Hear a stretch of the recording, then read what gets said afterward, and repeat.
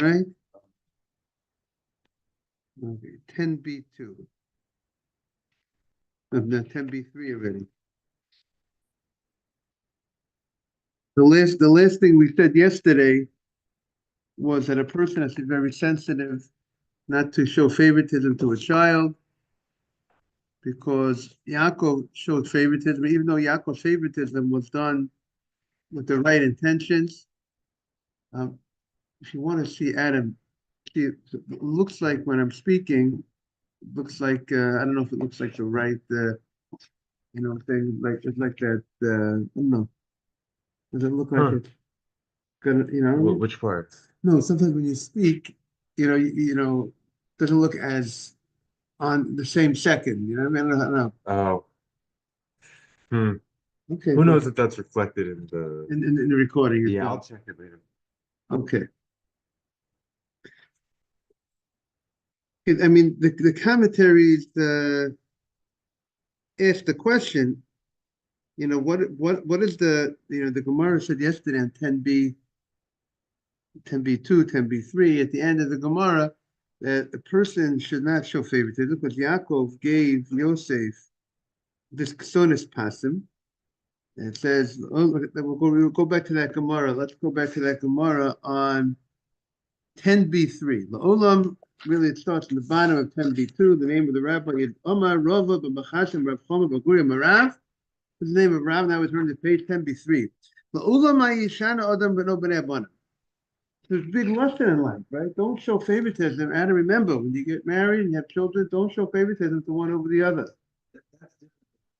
The English translation I have here said, don't treat them differently. I think that is not what is meant. No? Yeah, but when you meet differently, every child, sometimes you have to train children. Right? Some children need a different. Some children need a discipline. Some children need stronger discipline. Some need less discipline.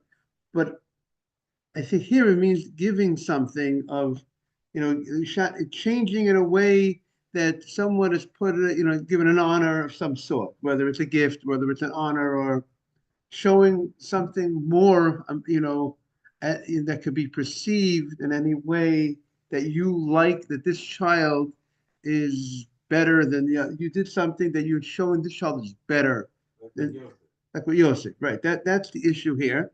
Now, Yaakov had the greatest intentions when he did it. He didn't mean to, in any way, to cause jealousy. He didn't mean, he thought that the brothers would not be jealous. He thought this was a logical thing to do.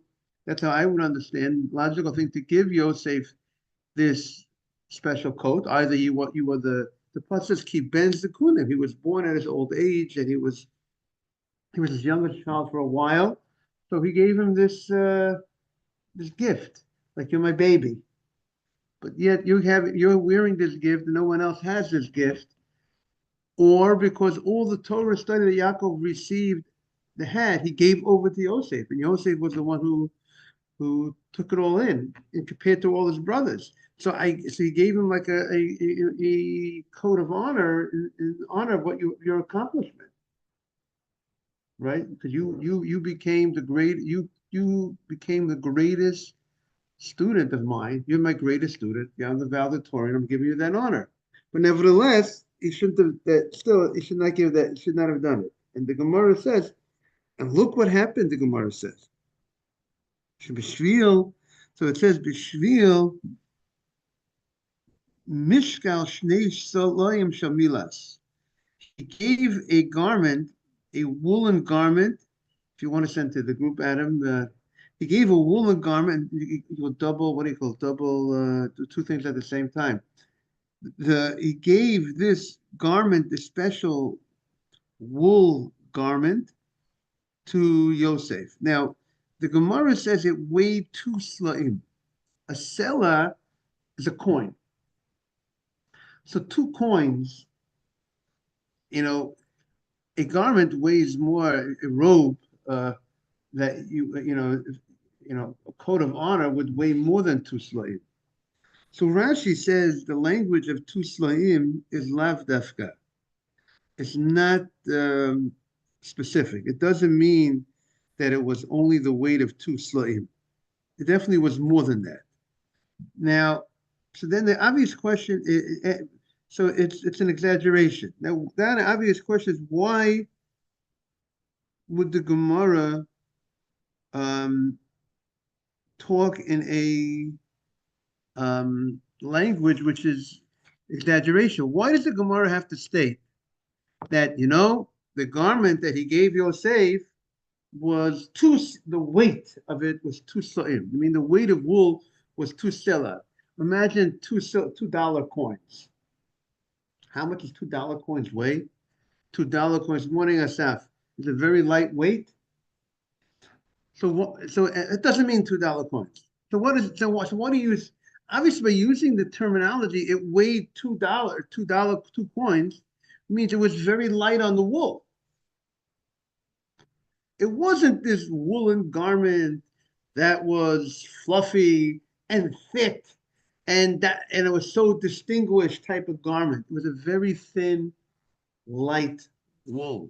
Maybe that's what it's emphasized. When Yaakov gave this garment to Yosef, he didn't give this furry coat type of thing. You hear what I'm saying? What I suggest? He gave something which is light in its wool. It was beautiful wool, fine wool, great wool, but it was not something which was very heavy, which would indicate, that, even a grander type of gift. That's what I would like to suggest. Now, there is another pshat that Rashi brings down, a fascinating pshat, which it was the two slaim represent something around his wrists, like cuffs, that it wasn't referring everybody. Let's say everybody had a certain type of coat that they wore. All the brothers had a certain type of coat. But what was the thing that he gave Yosef more than was the certain fabric that went around his wrists, and not the entire garment was made out of this wool. It was just this was only the special, so to speak, cuffs that Yaakov gave to Yosef. So it was therefore that could be just two slaim. If we take the words literally, the weight of two slaim, of two coins, if you go ahead and you add, something to go around the wrist of Yosef, or let's say the bottom of his hand a little bit, but that's the only thing Yaakov gave him special. But that even minimizes what Yaakov gave him. So this whole ketonet pasim was just this thing that went around, so to speak, his wrists, and yet that caused the jealousy. So that's a different approach. It's a fascinating idea. Now, the Gemara says what happened as a result of that, the brothers got jealous, and it wound up that the Jewish people went down to Egypt. So the comment, as a result of that, right, they got jealous, and then they sold Yosef, and Yosef wound up in Egypt, became the viceroy of Egypt, and the brothers went down, and then the whole story. But they asked the question, the Gemara is saying, because of this, the Jews went down to Egypt. They were going to go down to Egypt anyways. Hashem said to Abraham that the Jewish people will go down to Egypt. They're going to be strangers in the land. They're going to work for the Egyptians, and then they're going to go out after a certain time. So why is the Gemara blaming, so to speak, Yaakov for this action caused the Jewish people to go to Egypt? They would have gone down to Egypt anyways. So what I was thinking is that they would have gone down to Egypt, but there are just many ways, so to speak, to skin a cat. You're going to go down to Egypt, but you don't have to go down to Egypt as a result of this jealousy. You can go down to Egypt without a jealousy. You go down to Egypt, taking the horses down for whatever reason. Or Paro says you got to come down. Not that because of the whole story of Yosef. The only reason why they went down to Egypt, that they went down to Egypt and with Yosef, that what forced them to come down to Egypt and then eventually stay in Egypt, because Yosef was in this position of a viceroy in Egypt, and then they went down to Egypt, and then Yosef told them to stay, and that's how they went down as a result of this whole story. But if the story would not have happened, if there wouldn't have been this jealousy, then they would have went down to Egypt under other circumstances. That's how we could possibly answer that question. Meaning to say, a lot of times we say something's going to happen. You don't need to be the volunteer to make it happen. I mean, it doesn't have to happen through you. And if you're going to be, and by you volunteering to do this action, you're held accountable for you being for volunteering or you creating, be the one for that job. Let's say something was gonna, the Jewish people will have to work in Egypt, but it doesn't say which paro would have to go ahead and be the one to make them work in Egypt. Maybe the next paro could make them work, or Hashem, the fact that there was going to be a paro that's going to want to make the Jewish people work. You volunteered. God did not force you, even if God says they're going to work, but He didn't force you to go make that happen. You decided, you voluntarily made it happen. Maybe God knew that you were going to voluntarily want to make the Jews work, and therefore you are held responsible for voluntarily doing that. If you would not have wanted to make them work, so Hashem would have had some other plan. But Hashem saw that you were happy to make trouble for the Jewish people, and you're going to be paid for it, even though it was, that was something that the Jewish people would ever needed to happen to them, but it did not have to happen in that fashion, only because you voluntarily did that. Like, for instance, if somebody embarrasses somebody, right? You could say if the person was not meant if it was not meant for the person to be embarrassed, God would not have let him be embarrassed. But nevertheless, God never said that you have to be the one you have to embarrass him. You wanted to, you voluntarily embarrassed the guy. Whatever happens to somebody, people are responsible for their actions. They volunteer, even though if it would not have been, if God would not want to allow it to happen, would not have happened. But every person is voluntarily making these decisions, making it happen.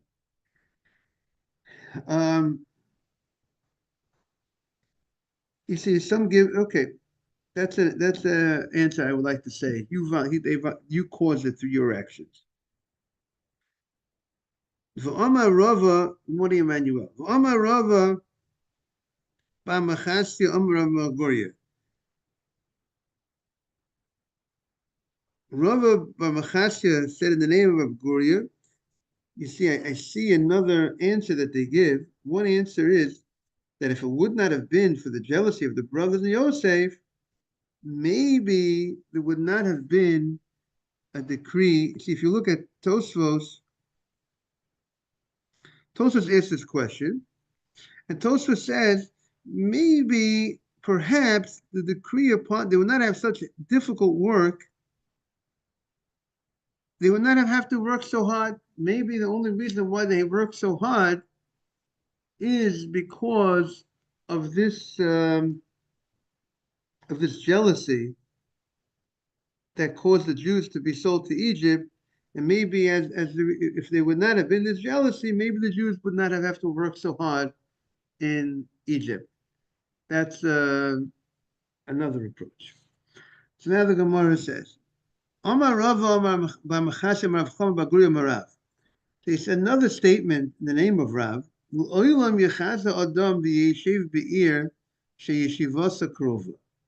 A person should try to live in a city, a newer city, a city that hasn't been along for so long, because when it's a city that hasn't been around so long, so its sins are less, right? Because as the longer a city's around, the more opportunity that people in the city, good morning, Simon, people in the city sin. And if the people sitting in the sin, so then now the question is, how many years are left for the city to exist? Maybe the city's in danger, possibly, of destruction. As we've seen, cities have been destroyed. And we see in the Torah cities destroyed. We see in modern times city being destroyed. Not so often such a thing happens in modern times. I mean, sometimes you have hurricanes, tornadoes, fires, and we see recently, right? Neighborhoods, maybe we could call it a city. I don't know, whatever you want to, whatever you want to call it. But the Gemara gives an idea. If you have two cities to live in, and now if you have a city that's full of great people, righteous people, live in that city. I don't care how old that city is, right? Let it be the city of Jerusalem, right? Be in such a city. But if you have two cities, and both cities are very similar, right? And now the question is, which city should I move to? It's not that one city Simon lives in. Simon lives in, you're going to live in the city that Simon lives, right? You want to live in a city with good people, right? But let's say they're both equally good. No, now we have it's different deciding factor that you should put on the table. What should you weigh? Which is a newer city? Because a newer city has less sins. And less sins means that it's more safe for its future existence. That's what the Gemara says. Live in a city that's more new. Again, like I said, but this does not come at the expense of good people. You know what I'm saying? Of more spirituality. Because since it's more recently developed, its sins are less. Meaning Hashem, God only destroys a city when the measure of the sins have reached a certain level. Now, the Meiri says it's better for a person to live among Jews that are God-fearing, rather than, and not among people that do sin. Because you live among people that do sin, you might learn from their bad ways. But if you do not find a city of people that are God-fearing, at least live in a city that's recently developed. Because since the people, he's saying another idea. He says it's not just, the idea is when a city is more new, it's not that the people are so used to sinning in this place. It's not like, we've been doing this here for hundreds of years. This is the way we act. This is part of us. This is part of the mentality and the nature of the city. The more recently the city is, even if they are involved in sin, meaning to say that if you find two cities and they're both similar, good morning, Steve, good morning, David, they're both similar, but the city that's more or less around hasn't been around so long, so they're not so long deep into sin. And if they're not so long deep into sin, it's easier for them to turn it around. Rather than a city that's been doing these things for so many years, and therefore those cities that do those things for bad things for so many years, it's much harder for that city to turn around. How do you like that, Adam? Interesting thing to think about. There's certain places. This is the way we do it. That's what we want to play. This is the way we do it. Yeah. For hundreds of years. Right. Now the question is, what are they doing in the city? If they're doing good things and not doing good things, right? So if it's a city that's doing good things for hundreds of years, then it's good to live in such a city. Right. It's God-fearing people, it's good people. But if they've been doing things for hundreds of years not the right way, then we got to stay away from such cities, because most likely it's going to be very hard for such cities to change, because this is the way we do it over here. Like we're going to see about Sodom, right? This is the way they did it. They lived a certain, that the Gemara says, Shenema, we can learn this from Lot's request from the angels that saved him from the destruction of Sodom. Shenema, it says, Hine na, what did he say? Hine na he'ir hazot krova lanu shama. He says, the city right here is close by, the mitzar, and it's small in number, not too many people live there. After the angels took Lot out from Sodom, right? He took him out of Sodom with his daughters. They said, go to the mountain. That's where Avram is. Avram is in the mountain. Lot was afraid to go to the mountain. He said he was afraid, I go next to Avram, I look bad news if I be next to Avram. So he asked to go to Tzoah. And he referred to Tzoah as a city that's close and small. Now, what does he mean to say krova?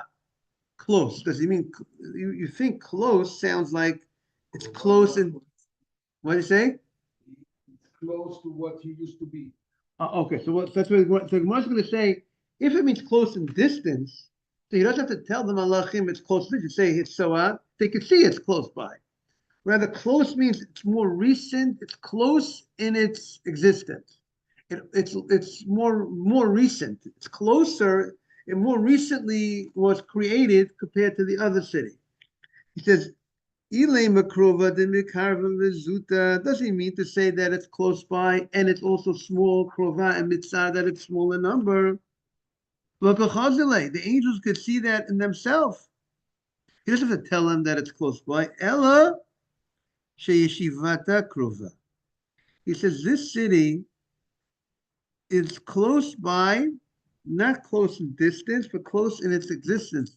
Established, what year was established? You look at Woodburn, New York, established 1898 or whatever it is. It was established more recently, and Avonotea Mutzarim. So Krova means it's established more recently, and Mitzah doesn't mean small in number of people. Rather, Mitzah is that it's small in sins. And since it was more recently established after Sodom, so it's not going to be destroyed with Sodom because the amount of sins in this place is most probably not as full as Sodom. Because even if being it's a neighbor city, maybe it's another city not so far, let's say, from Sodom, but it didn't reach the amount of sins that Sodom has. Now, why didn't it reach the amount of sins?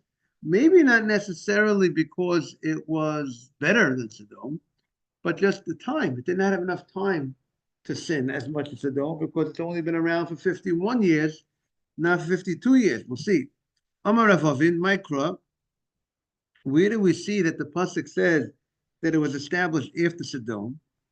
Tiksiv imota na shama. I want to escape. I want to escape there to that city. And na, the word na, the numerical value of na is 51. Nun is 50. Aleph is 1 is 51. Imolta na shama. No, b'gamati chamshin v'chad have. It's 51 years. And she says, Dome, and Sodom at this time was chamishim ushtayim. It was 52 years in existence, and therefore, because it was 52 years in existence, it's been around longer. And Rashi gives the whole calculation, how do we see that? So Sodom is 52 years in existence, this is 51 years, and that 1 year makes a big difference because it's been around less, it's been less sins, and therefore it's going to be at least it's going to be safe for another year. And the Gemara says, Vishalvata, and now how long was Lot in Sodom for, or how long was Sodom, not Lot, how long was Sodom had peace in Sodom? So the Gemara says Sodom had a certain time period of peace because it says in Yecheskel, it talks about Sodom. Sodom, they were very arrogant in Sodom. They had a lot of satiation. They had a lot of peace. There was a very good economy in Sodom. But the pasuk describes, with all the good economy that they had, with all the financial success Sodom had, the yad oni ve'evyon lehachzika. In Yecheskel, it says they did not help the poor, and we know this crazy stories what they did to the poor people. You weren't allowed to have guests in the place. There was a very, very cruel way they treated people. So, on the one hand, they had peace. But you know what? It was a false peace. It was because what happened was eventually when your people live with such a lifestyle where they're sinning, so it's going to get got destroyed. The Shavata, the amount of time that it had peace was Chavav, was 26 years. Now we're turning the page on Yud Aleph Amud Aleph 11a. Iksiv, it says in the pasuk the following: Shteim esrei shana avdu et kedalomer. It says 12 years, talks about the 5 kings with the 4 kings. And the 5 kings, they served Kedalomer. They served Kedalomer for 12 years. And then 13 years they rebelled. So there was rebellion for 13 years. So now so 12 and 13 is 25 years. So those 25 years were definitely not years of peace, because for 12 years, if you are subjugated to another government, if Sodom is subjugated to Kedalomer, it's not a peaceful time when you're under someone else. And then you have 13 years of rebellion. So 13 years of rebellion is also not easy times, because there's battles going back and forth. You rebel, so that's 25 years of non-peace. And then we had in the 14th year, in year 26, 12 years of serving, 13 years of rebellion, and then the 14th year of the rebellion, Kedalomer, who originally was on top of Sodom and the other 5 kings, he went to battle against them. They went to battle, and they really got Sodom, but then Avram went to save Sodom, right? After Kedalomer really knocked out Sodom, but then Avram went to save Sodom, and he saved them. So we have now, and that's what the Gemara says. So the total, therefore the total was 26 years. So there's 26 years of non-tranquility. And then after that happened, after Abraham, in year 26 of that time period, Abraham saved Sodom. And now after Abraham saved Sodom, so there was now 26 more years from the time Abraham saved Sodom. They lived in peace, not knowing that what's going to happen to them, they're going to be destroyed morning, and therefore they were destroyed 26 years later. So that's what the Gemara says. And Rava,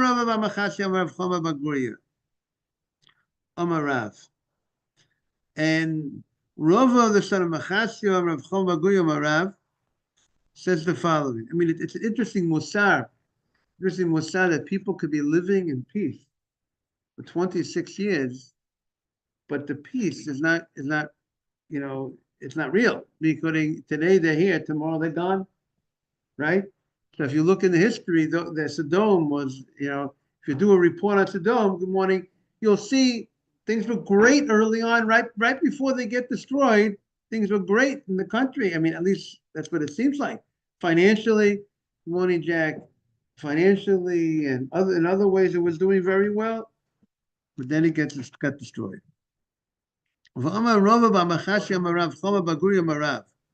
Kol ir shegagoseha givohim bebeit haknesset.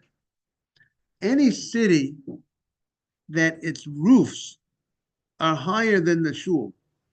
Now, the Gemara is saying when you build the shul, Simon, when you're going to be building a shul, right? Make sure the shul is higher than its roof, is higher, the synagogue is higher than other houses. Because in New York, you have the skyscrapers, right? So we're going to see more about this, but the Gemara is saying, now some will explain, the Gemara is talking about when you have a flat roof and you work on the roof. You stand on the roof and you do a lot of things on the roof. Like in the old days, they would dry out the fruit on the roof. Now today, a lot of our roofs are slanted. Now today also we have a lot of people who use the roof as space, right? People would make, playgrounds on the roof, right? The roof is a very usable property. Every inch in New York is very, very, very important. So, but if you have a roof that you work on, let's say we have a little town, a little city. So it's not respectful that you have houses, people are standing on top of the roofs of houses, and the roof of the shul is much, and the roof of the, and you're higher than the roof of the shul, of the synagogue. So it's not so respectful. Let's say they would do things on the roof of the synagogue, and you do roofs on the things of the, now I wonder what they would do on the roof of the synagogue. But it would not be respectful. That's how some will explain that it's, if it's a flat roof. Kol at the end, that city will be chareva, will be destroyed. Shenema, as the pasuk says in morning Asaf, the pasuk says in Ezra, the Romaim et Beit Elokeinu. The pasuk talks about uplifting the house of Hashem, raising it up, lahamid es chorvatov, and to create a fence that in Yerushalayim, the things will not get destroyed. So the pasuk is connecting the Romaim, raising, exalting the Beit Elokeinu, making the Beit HaMikdash, and the merit that they raised the Beit HaMikdash, they made it so high, that created a certain fence for the whole Jerusalem. What was the fence? That it created a certain protection. The fact that you made the Romaim at Beit Elokeinu, the fact that you made the Beit HaMikdash higher than the other places, other houses, that served as a protection, which, what do you infer from that? If you would not have made it high, if you would not have made it so big, then you will not have, the city will not be protected, and the city could be destroyed for not showing respect to the shul, to the Beit HaMikdash. And the Gemara understands that that's not limited to the Beit HaMikdash, that only the Beit HaMikdash should be higher than the other houses in Jerusalem. Rather the whole, any city, every shul, every Beit HaKnesset is called a Beit HaMikdash Ma'at. You're in a mini Beit HaMikdash. You come to the shul, you come to shul in the morning, you're in a mini Beit HaMikdash, and therefore there's certain laws how you conduct yourself in the shul, in the synagogue. You can't do certain things in the synagogue. You're not supposed to be talking idle talk in the synagogue. You're not supposed to be talking about the Super Bowl in the synagogue. These are not things that are supposed to be said because you are in a holy place. And you can't be cracking it. It's not appropriate to crack a joke in the synagogue. It's a whole, it depends what type of joke you say. And also, Jack, what's the purpose of the joke?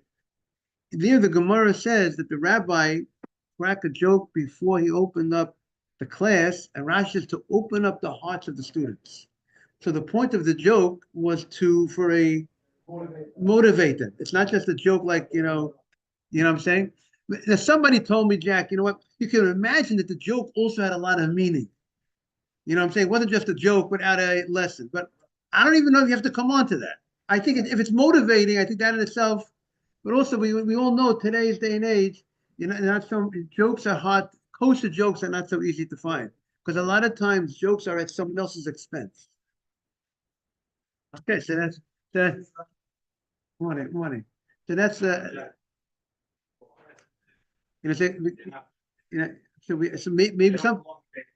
So I'm just saying we have to figure out, we have to, what is the right, what is what we need to say. Yeah. Okay. Yeah. So now the question is, maybe it says to open up the hearts of the students, but what about another member of the class gives the joke? Maybe it also would serve the trick. Maybe you could come up with a nice kosher joke that will open up the hearts of the students, and they're going to want, that will motivate them. Okay. You know what? I want to tell you, I will say in life, will say in life, I know you're being humble. I presume it's not true. Say good jokes. But people should know, if you're not sure if you should say it or not, there's a very good rule in life. If you're not sure if I should say this, don't say it. It's always,